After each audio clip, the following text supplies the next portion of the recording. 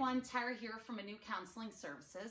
So today I wanted to talk to you about social anxiety disorder. Is it social anxiety disorder or is it simply just shyness?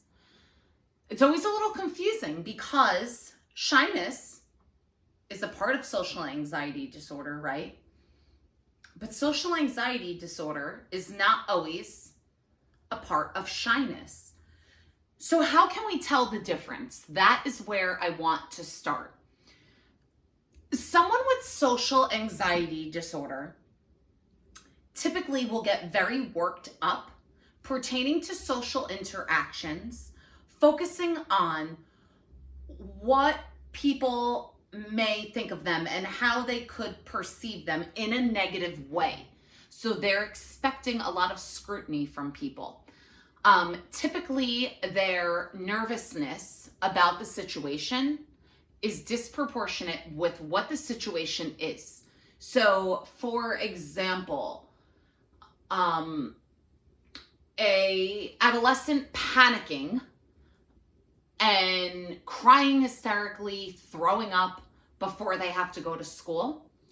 School's not that bad. I mean, of course it could be if there's a horrible situation going on in the school, but just for a regular school day, they can't name anything to you. It's not like they say that they're being severely bullied or abused. They just don't want to go to school because they don't want to go to school and they are freaking out.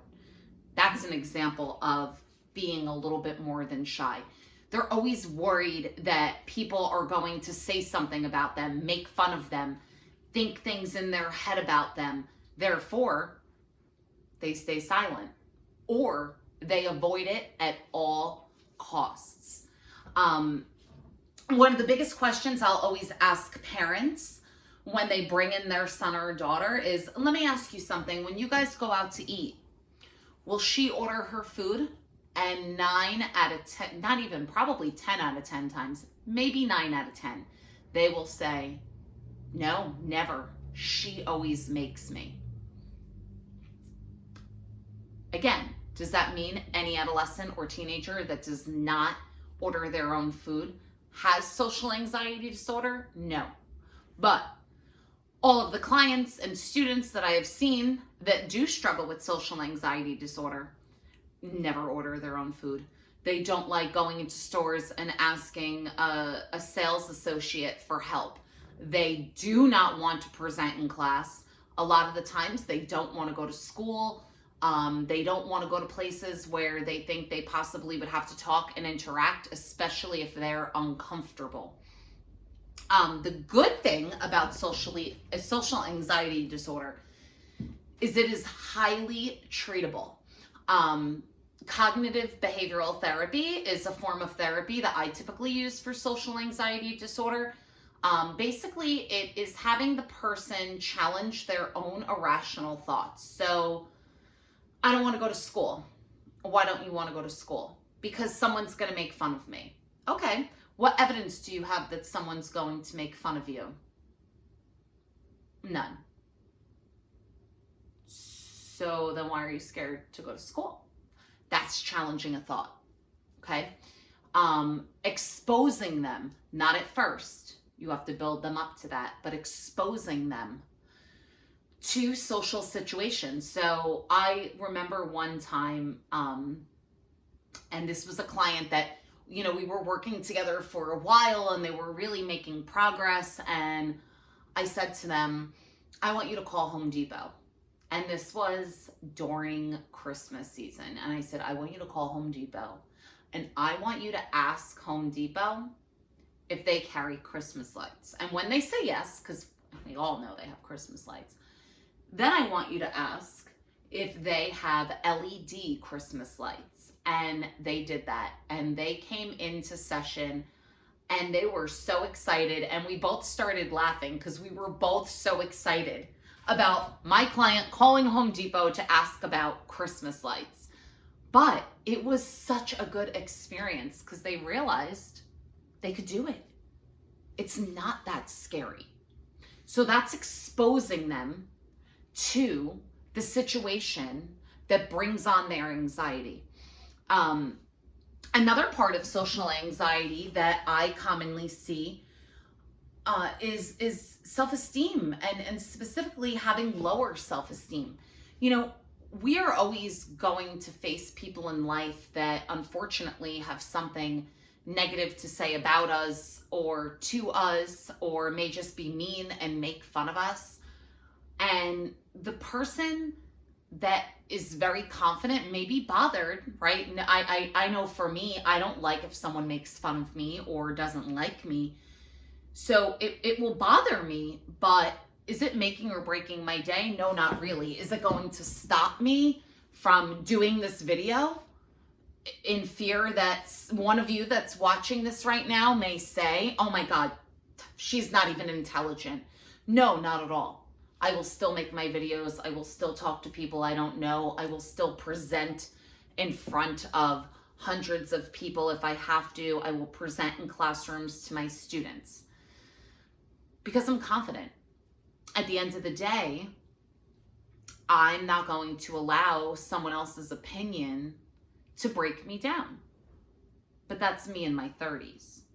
Me as a teenager, my confidence definitely wasn't as high, not even close. I was always worried, is my hair perfect? Is my makeup perfect? Oh my God, do I look fat? Right? That's all of us. Always used to think I was fat then. Now I probably weigh 40 more pounds, but that's fine. But you know what I mean? Like we meaning we who are confident, again, we'll get bothered by something, but we will not let it break us. People that struggle with self-esteem, it can be earth-shattering. So in conjunction with challenging those irrational thoughts, right? Educating them about ways to communicate and effective ways of communication, exposing them to social situations, because again, the more they slowly face their fear consistently, the less of a fear they will have. In conjunction with that, I also work on self-esteem. One of the biggest things I tell my clients about self-esteem is not to only be able to point out the positives, right? Like, I'm very caring, I have nice hair. That's extremely important, and we do that. But what's more important? Accepting your flaws. You know, there is a movie, it's called 8 Mile by Eminem.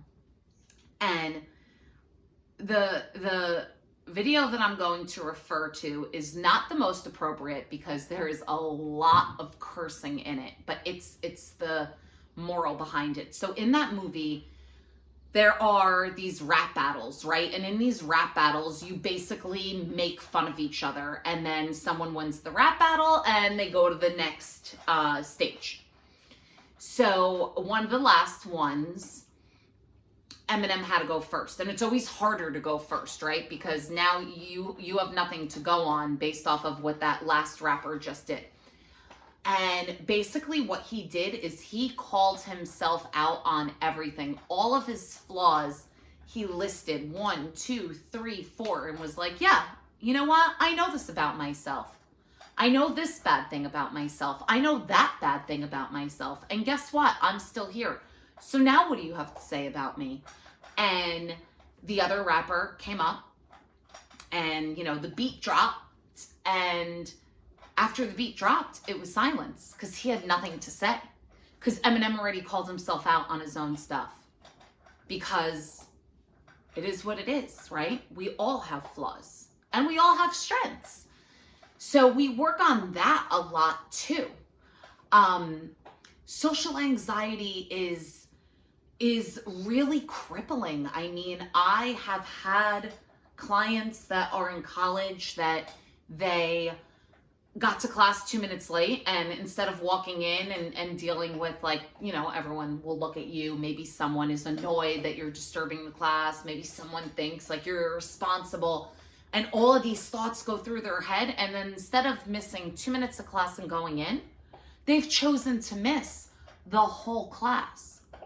Or even worse, some of them have pulled into the college campus and stayed in their car because they were too fearful of getting out, because maybe in that class it's interactive, so they have to talk in front of other people or present in front of other people, and they didn't want to do it. So they just didn't go at all. And their grade wound up suffering.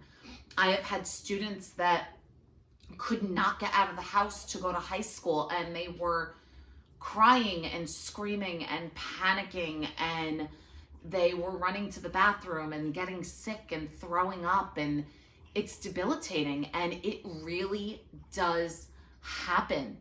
And it's not good. You know, when you think about life, we have to talk to so many different people, from ordering food to calling our cell phone company about an issue with a bill, to waving at the mailman outside, to talking to our boss about something, talking to colleagues. I mean, I could spend 2 hours on all of the people that I've had to talk to throughout, God, I was going to say my lifetime, but just this week. And I try to explain to them that if you're not willing to talk, you're losing out on so much. You ultimately are hurting yourself, because, you know, I always use food as the example just because I love food, and it's a very light conversation. And, you know, again, and this goes back to, if you watched my last video about connecting with teens as a way to connect with teens, because most of them love food too, right? When it's pizza night, they're ecstatic. And I'll say to them, you know, you deserve that hamburger without tomatoes, and you shouldn't have to spend $15 on a hamburger deluxe at the diner and have to pick off the tomato and the juices of the tomato and the seeds of the tomato. You should be able to say, I want the cheeseburger deluxe, no tomato. And they laugh and I laugh, but they also get the point. I'm making a point, and they get that point.